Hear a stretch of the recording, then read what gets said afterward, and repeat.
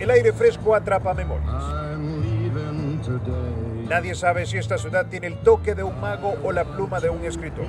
Lo que sí les puedo asegurar es que recorrer cada espacio es recoger fragmentos nostálgicos que dejó en cada esquina Frank Sinatra y que con la música en sus calles y sus imponentes rascacielos son un poema que se puede leer a la perfección a través de la emoción que se siente en la piel. El tráfico vehicular parece mezclarse con los transeúntes, como si se tratara de la cita perfecta. La diversidad cultural y el aroma de la comida son el menú perfecto para que la emoción tome el control de todos nuestros sentidos en un abrir y cerrar de ojos. Porque aquí, el sol es capaz de deslumbrar al mismo realismo mágico.